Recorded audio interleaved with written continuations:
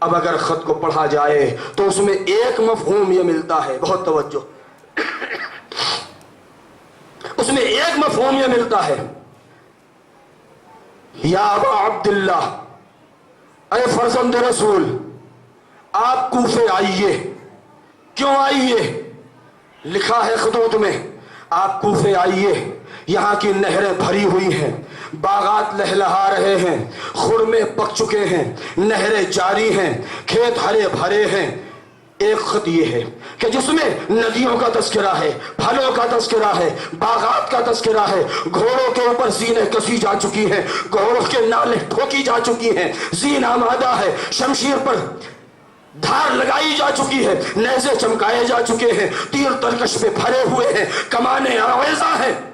کچھ خطوط یہ ہیں کہ جو مولا کو بلا رہے ہیں، اے مولا آپ آئیے، ہمارے کھیت ہرے بھرے ہیں، ہمارے باغات لہلہا رہے ہیں، ہمارے خرمے پک چکے ہیں، ہمارے زین کسے ہوئے ہیں، گھوڑے دوڑنے کے لیے آمادہ ہے، تلوار تیز ہو چکی ہے۔ ایک یہ مفہوم ہے، اور دوسرا مفہوم یہ ہے کہ اے مولا آپ آئیے، ہم گمراہیوں میں پڑ رہے ہیں، ہمارے اندر برائی بڑھ رہی ہے، اے مولا آئیے، ہمیں قرآن سیکھنا ہے، ہمیں سیرت پیغمبر سمجھنا ہے، ہمیں سیرت علوی چاہیے، ہمیں کردار سمجھنا ہے، ہمیں اخلاق سنوارنا ہے، ہمیں ہدایت چاہیے۔ لہذا اب آپ دیکھیں کہ خطوط دو طریقے کے ہیں، کچھ وہ ہیں جو مولا کو مادیات کی لالچ دے کر کے بلا رہے ہیں، کچھ وہ ہیں جو ہدایت پانے کے لیے مولا کو بلا رہے ہیں۔ اب تاریخ نے عجیب منظر نقل کیا ہے کہ جب واقعہ کربلا ہوا تب یہ راز کھلا کہ جتنے مادیات کے ذریعے سے بلا رہے تھے وہ سب کے سب لشکر یزیدی کے سپہ سالار نکلے، اور جو ہدایت کے لیے بلا رہے تھے ان میں کوئی مسلم ابن سجا نکلا، کوئی حبیب ابن مظاہر نکلا، کوئی حر ابن یزید ریاحی نکلا۔ ایک صلوات پڑھے بر محمد و آل محمد۔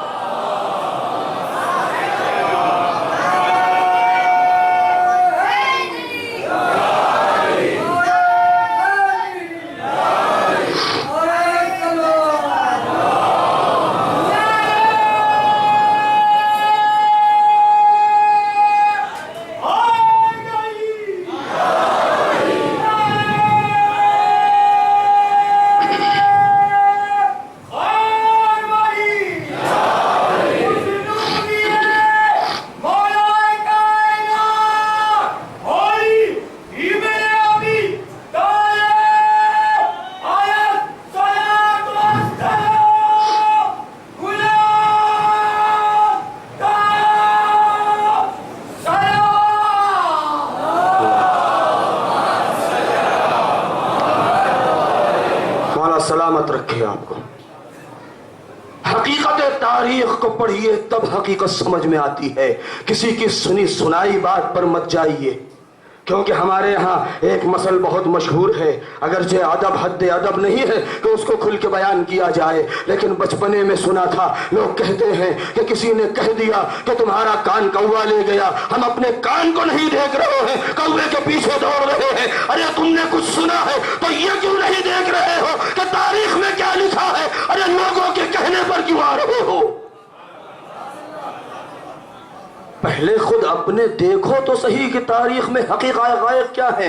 جتنے بھی لشکر یزیدی کے سپہ سالار ہیں وہ سب کے سب وہی ہیں جنہوں نے مولا کو لالچ دے کر کے بلایا تھا۔ اب سمجھا آپ نے، اب آپ سمجھ گئے ہوں گے کہ یہ کوفے میں کہ جو لوگ کہہ رہے ہیں کہ یہ علی والے تھے جنہوں نے قتل کیا ہے، یہ علی والے نہیں تھے۔ علی والے کوفے میں جتنے گئے وہ سب کے سب لشکر حسینی میں تھے، سرکاری جتنے تھے وہ سب کے سب لشکر یزیدی میں تھے۔ صلوات پڑھے بر محمد و آل محمد۔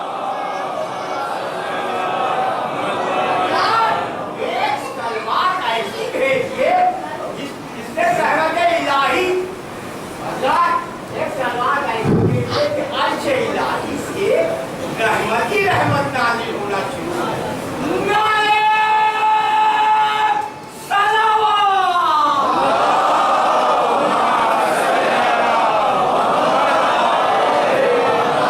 لشکر حسینی میں جتنے تھے وہ سب علی کے مت والے تھے، سب علی کے چاہنے والے تھے، وہ سب مولا مان کے آئے تھے، لیکن لشکر یزیدی میں جتنے کوفے والے تھے وہ سب ان کی تربیت کس نے کی تھی؟ ان کی تربیت پہلے حکومتوں نے کی ہے، کبھی امویوں نے کی ہے، کبھی کسی اور نے کی ہے، کبھی ان کے نمائندوں نے کی ہے۔ لہذا یہ نہیں کہا جا سکتا ہے اگر کربلا نہ ہوتی تو آج یہ مجمع سمجھ میں نہ آتا کہ حقیقت پر چلنے والا کون ہے، صراط مستقیم سے بھٹکا ہوا کون ہے۔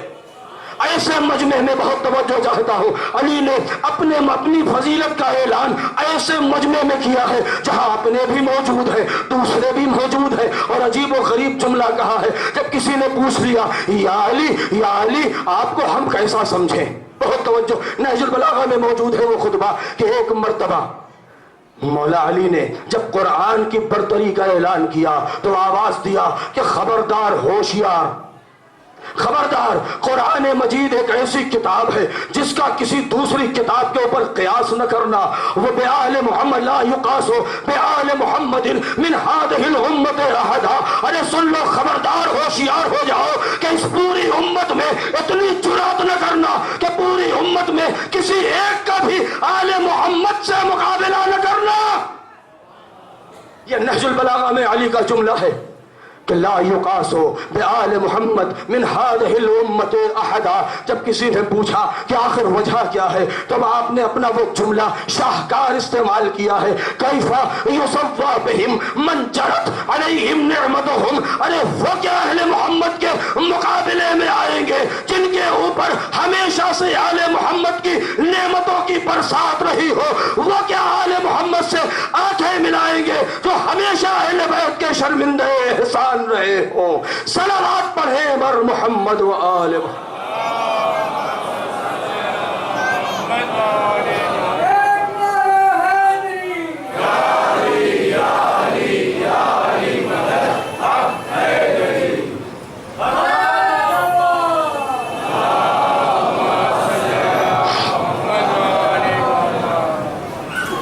وہ کیا مقابلہ کریں گے کہ جو ہمیشہ سے اہل بیت کے شرمندے احسان رہے ہوں؟ تاریخی حقائق کا جاننا بہت ضروری ہے، ورنہ آج ہر دن ایک نئی بات سننے کو ملتی ہے، اور بے بصیرتی کی انتہا تو یہ ہے کہ بغیر کچھ سوچے سمجھے، بغیر کچھ فکر کیے ہوئے لوگ اسی کے پیچھے دوڑنے لگتے ہیں، اور ایک سوال کا اگر صحیح جواب نہ دیا جائے تو یہ تو فطرت ہے کہ سوال کے اندر پھر ہزاروں سوال پیدا ہو جاتے ہیں، یا اگر غلط جواب دے دیا جائے تو اس کے اندر پھر ہزاروں سوال پیدا ہو جائیں۔ لہذا ضرورت ہے بصیرت کی۔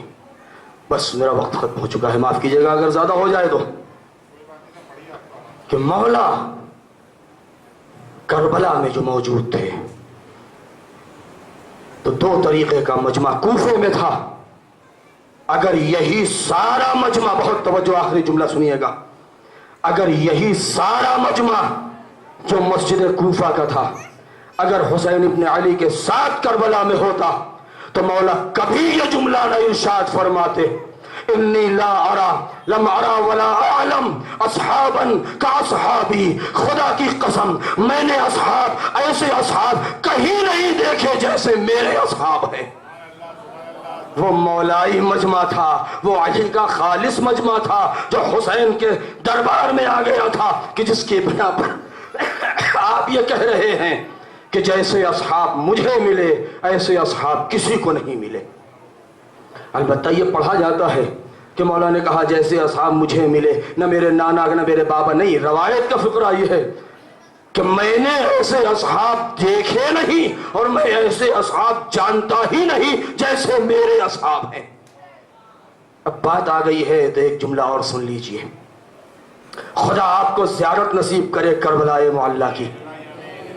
پروردگار تجھے واسطہ ہے شہدائے کربلا کا، جتنے بھی بیمار ہیں، مریض ہیں اور آج اس فرش عزاز پر آنے سے محروم ہیں، پروردگار انہیں جلد سے جلد شفا مرحمت فرما، خاص طور سے جناب منظور الدین صاحب۔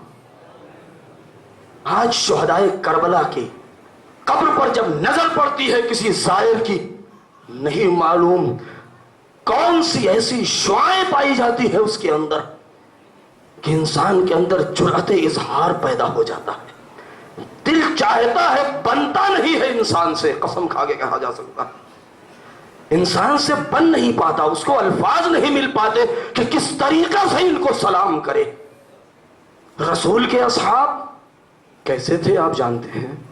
اصحاب اجلہ بھی تھے اور دوسرے بھی تھے کہ جن سے رسول ناراض ہو گئے. علی کے اصحاب ابھی سن چکے ہیں کہ کچھ سرکاری تھے, کچھ اپنے خاص تھے, لہذا اچھے بھی تھے برے بھی تھے. پیغمبر کی جنگوں میں کتنی جنگیں ایسی ہیں کہ دوسری جنگ پہلی جنگ میں اصحاب کی بے وفائیوں کا نتیجہ ہے. مولا علی کے اصحاب جنگ جمل میں, جنگ صفین نہروان, جنگ صفین میں اصحاب نے بے وفائی کی, جنگ نہروان لڑنا پڑی. امام حسن علیہ السلام کے اصحاب ایسے تھے کہ جس کو تنہا ترین سردار کہا گیا ہے کہ میدان میں اکیلے امام حسن کھڑے رہے, باقی سب بھاگ گئے. لہذا لیکن میدان کربلا میں اب جو حسین ابن علی کے 7 اصحاب ہیں, ادھر بہت توجہ چاہتا ہوں, بہت توجہ. جب رسول لشکر اکٹھا کر رہے تھے تو حکم اسلامی کے اعتبار سے سب کو اس بات کا علم تھا کہ وہاں مال غنیمت بھی مل سکتی ہے, سرداری بھی مل سکتی ہے.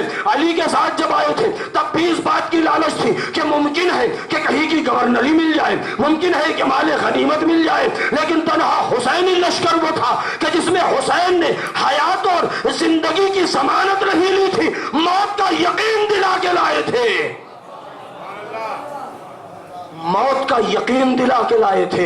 یہی وجہ ہے کہ جب ہم رسول کے اصحاب کو سلام کرتے ہیں تو کہتے ہیں اے اصحاب رسول تم پر ہمارا سلام. جب علی کے اصحاب کو کہتے ہیں مالک اشتر نخعی پر ہمارا سلام, کمیل ابن زیاد نخعی پر ہمارا سلام, بیسم تمار پر ہمارا سلام, یہ ہم اس طریقے سے سلام کرتے ہیں.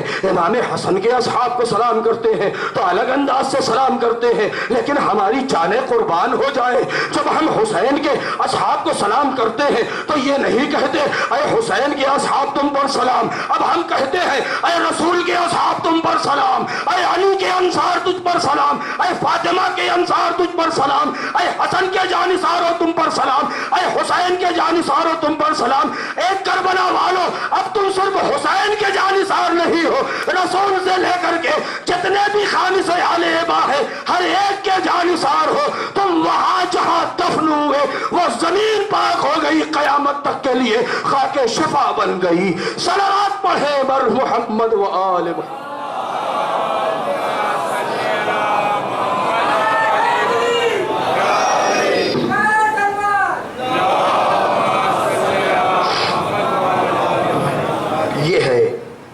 بس عزادار ہو, تربیت ہو تو کیسی ہو. معصوم انداز تربیت تو بہت عجیب ہے, ہم کیا سمجھیں. معصوم کی چوکھٹ پر اگر دل سے کسی نے اپنا سر جھکا دیا تو اس کے اندر وہ کمال پیدا ہو جاتا ہے. ہمارا سلام ہو ہے ام البنین آپ کے انداز تربیت پر, ہمارا نہیں, انسانیت کا کروڑوں نہیں, وفاؤں کے سلام ہو اے ام البنین آپ کی آغوش پر. وہ مولا علی کہ جس نے کبھی کچھ نہ مانگا ہو, بغیر مانگے پروردگار نے سب کچھ دے دیا ہو. وہ علی رات کی تاریکی میں بارگاہ پروردگار میں ہاتھوں کو اٹھا کے مانگ رہا ہے اے میرے پروردگار مجھے عباس دے دے. اللہ اکبر. وہ علی جس نے کبھی کچھ نہ مانگا ہو وہ دعا مانگ رہا ہے. ارے یہ دروازہ تو ایسا ہے کہ جہاں بغیر مانگے سب کچھ پروردگار ہے. وہ ابو تراب رات کے اندھیرے میں مصلی عبادت کے اوپر اپنے بھائی عقیل سے کیا کہا ہے بھیا عقیل, آپ خاندانوں کے بارے میں بہت زیادہ جانتے ہیں, لہذا کوئی ایسا بہادر خاندان تلاش کیجئے کہ جہاں کی خاتون سے میں عقد کر لوں اور پروردگار مجھے ایک بیٹا دے دے۔ عجب نہیں دل چاہتا عرض کروں مولا آپ کے پاس تو سرداران جوانان جنت ہیں، پھر آپ کو کس بات کی ضرورت ہے؟ لیکن نہیں معلوم کیا راز ہے۔ عقیل ہے جو تلاش کرنا شروع کر دیا، تلاش کرتے کرتے ایک مرتبہ بتا دیا، یا علی اے میرے مولا، اے میرے بھائی، کلابیہ خاندان میں، کلاب خاندان میں، بنی کلاب میں ایک خاتون ہے، اور وہ خاندان شجاعت اور بہادری اور دلیری کے اعتبار سے اور سخاوت کے اعتبار سے مشہور ہے۔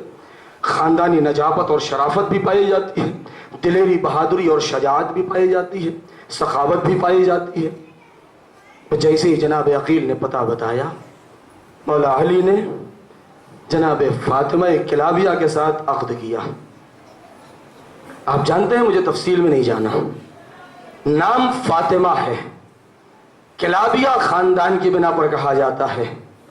ہائے جناب فاطمہ کلابیہ کو تو فخر کرنا چاہیے تھا، ان کے اندر اگر تکبر آ جاتا تو حیرت کی بات نہیں ہے۔ ارے میں ابو تراب کی شریکہ حیات بن رہی، میں علی کی شریکہ زندگی بن رہی ہوں۔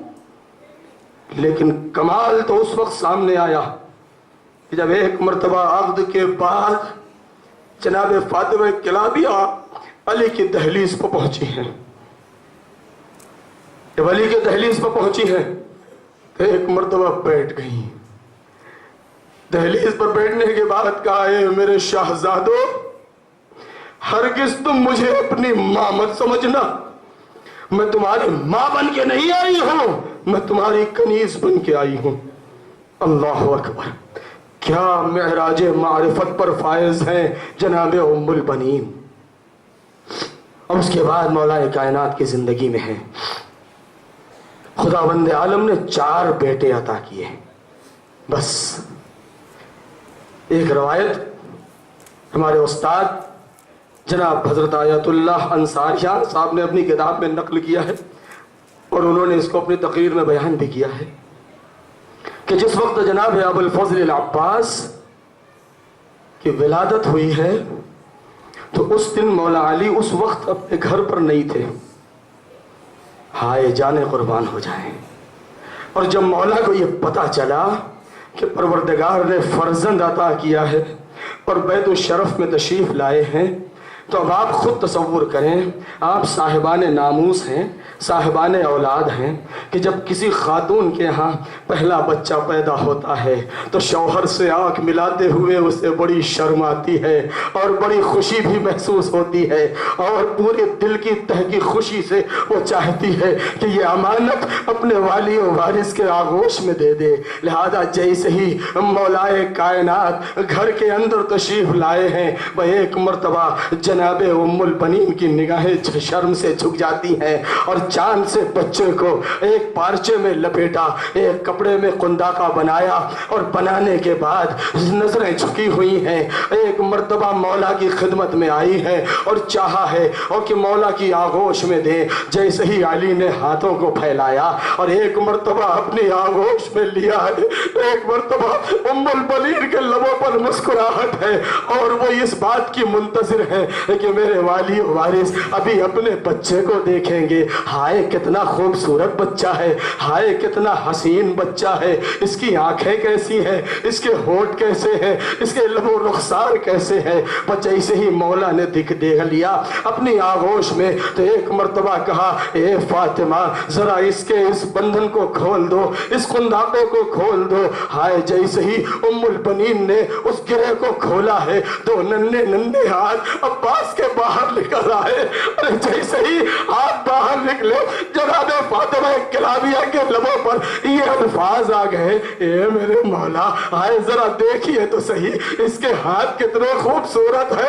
ارے جیسے ہی یہ جملہ کہا علی سے رہا نہ گیا، ارے رونے لگے، ماں تڑپ گئی، اے مولا ارے کیا میرے بچے میں کوئی کمی ہے؟ علی نے کہا، اے فاطمہ ارے بچے میں کمی نہیں ہے، ارے جن بازوؤں کو تم اتنا خوبصورت کہہ رہی ہو، کل کربلا کے میدان میں ارے نہر کنارے قضا ہو جائے۔ اجرکم علی اللہ. خدا آپ کو کسی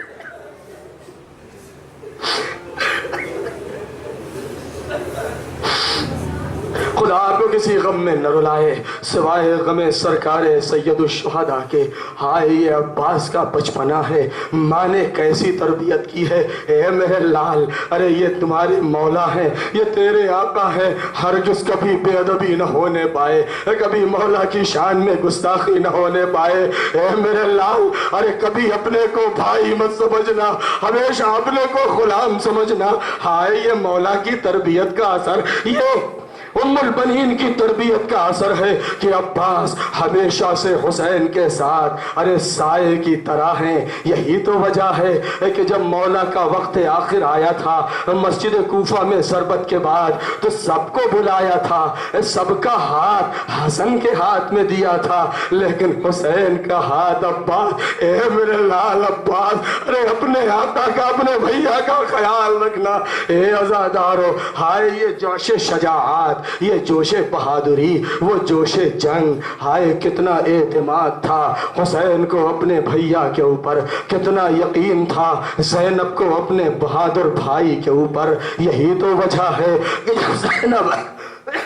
جب زینب مدینے سے جا رہی تھی تو یہی تو کہا تھا، اے بھیا عباس، ارے وعدہ کرو جس طریقے سے لے جا رہے ہو اسی طریقے سے واپس لاؤ گے. لیکن یہ ارمان دل میں رہ گیا. ہائے سقا اس بات کو پورا نہ کر سکا.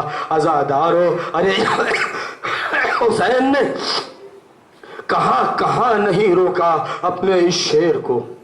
دربار ولید میں روکا، حر کے رسالے کے وقت میں روکا، نہر فرات کے کنارے روکا، لیکن اب حسین کیسے روک سکتا ہے؟ شب عاشور ہے، شب عاشور ہے.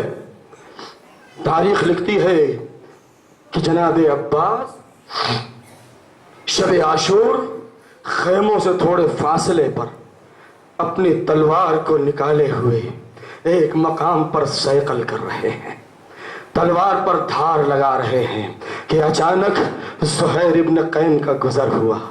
اور ایک مرتبہ جب دیکھا کہ علی کا شیر اپنی تلوار تیز کر رہا ہے تو ایک مرتبہ رک گئے. کہا عباس، ارے جیسے ہی مولا نے دیکھا زہیر کو کہا زہیر خیر تو ہے، تم یہ رب شب کے سناٹے میں کیا کر رہے ہو؟ زہیر نے کہا ارے میں اس لیے گھوم رہا ہوں کہ کہیں دشمن ارے سناٹا پا کے کہیں خیام کی طرف حملہ نہ کر دے.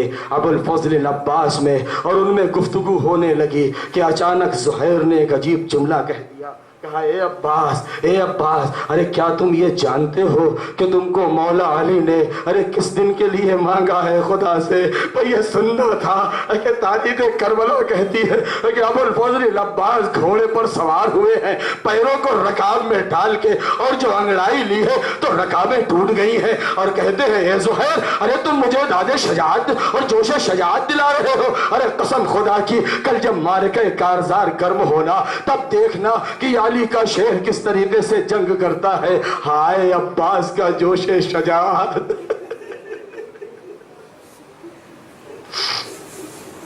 ہائے عباس کا جوش شجاعت. ہائے کچھ تو زینب نے روک دیا، کچھ سکینہ کی پیاس نے روک دیا. صبح عاشور ہے، بار بار آ رہے ہیں، اے مولا مرنے کی اجازت. ہائے حسین کیسے اجازت دیں؟ اس لیے کہ علمدار ہے، اس لیے کہ اہل حرم کی ٹھارس ہیں. لیکن مولا نے یہی کہا اے مولا، ارے وہ لشکر کہاں جس کا میں علمدار تھا؟ تو حسین نے کیا کہا؟ اے بھیا عباس، ہائے اگر تمہیں ممکن ہو سکے تو میری بچی بہت پیاسی ہے، اس کے لیے پانی کا انتظام کر دو. ہائے عباس کو اجازت ملی. مقاتل نے لکھا ہے کہ بعض نے لکھا ہے کہ شمشیر لیا، بعض میں لکھا ہے کہ ایک ٹوٹا ہوا نیزہ لیا ہے. ذرا تصور کریں، نفسیاتی جملہ کہنا چاہتا ہوں.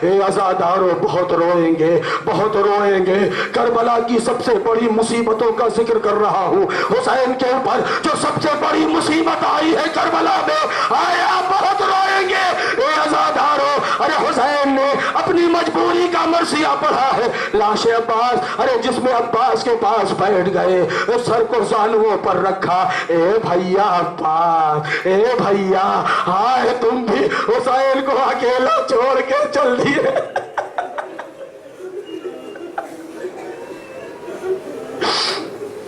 اے بھیا، ارے اگر کچھ وصیت ہو تو کہو۔ ارے عباس نے وصیت کی، اے میرے مولا، ارے میں آپ کی زیارت کرنا چاہتا ہوں۔ ایک آنکھ میں تیر ہے، ایک آنکھ میں خون ہے۔ ارے مولا نے تیر نکالا، خون کو صاف کیا، اور دوسری وصیت، اے میرے آقا، ارے میری میت کو ارے خیمے میں نہ لے جائیے گا۔ اے عزاداروں، وہ وقت آ گیا کہ جب آپ بہت روئیں گے۔ ارے حسین نے کبھی ایسا مرثیہ نہیں پڑھا۔ ارے ادھر عباس کا دم نکلا، ہائے حسرت بھری نگاہ سے دیکھا امام نے، بھائی کا دم نکل گیا بھائی کے سامنے۔ ارے جیسے ہی حسین اٹھ کے کھڑے ہوئے ہیں، ایک جملہ بتا دوں کہ عرب کے ماحول میں ارے کسی کو قتل کر دینا آسان ہے، لیکن سرے میدان ارے کسی کی ماں کا نام لینا بہت برا ہوتا ہے۔ ارے جیسے ہی حسین لاش عباس کے پاس سے کھڑے ہوئے، مقتل میں ایک آواز گونجی، ماذا تفعل یا ابن الزہرا۔ ارے حسین بے چین ہو گئے، اے عباس، ارے مجھے بچا لو، آج سرے میدان میری ماں کا نام لے رہے ہیں، جب نہیں لاش عباس تڑپی ہو۔ اے مولا، ارے موت نے مجبور۔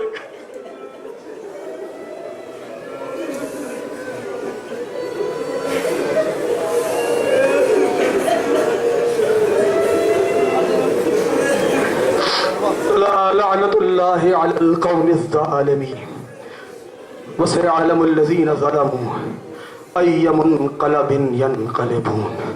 الہی بحق الزہرا وأبیہا وبعلہا وبنیہا والسر المستودع فیہا، پروردگار تجھے رحمت و کرم کا واسطہ ہے، ہمارے اس عمل کو قبول فرما، ہمارا پرخلوص پرسا ہمارا سلام ارے جناب ام البنین کی خدمت میں پہنچا دے۔ پروردگار ہمیں مولا کا حقیقی عزادار بنا دے، جتنے بھی مریض ہیں ان کو شفا مرحمت فرما، جو بے اولاد ان کو صاحب اولاد فرما، ہمارے امام کے ظہور میں تعجیل فرما، ہمیں ان کے مددگار میں شمار فرما۔ ربنا تقبل منا انك انت السميع العليم۔ ماتم حسین۔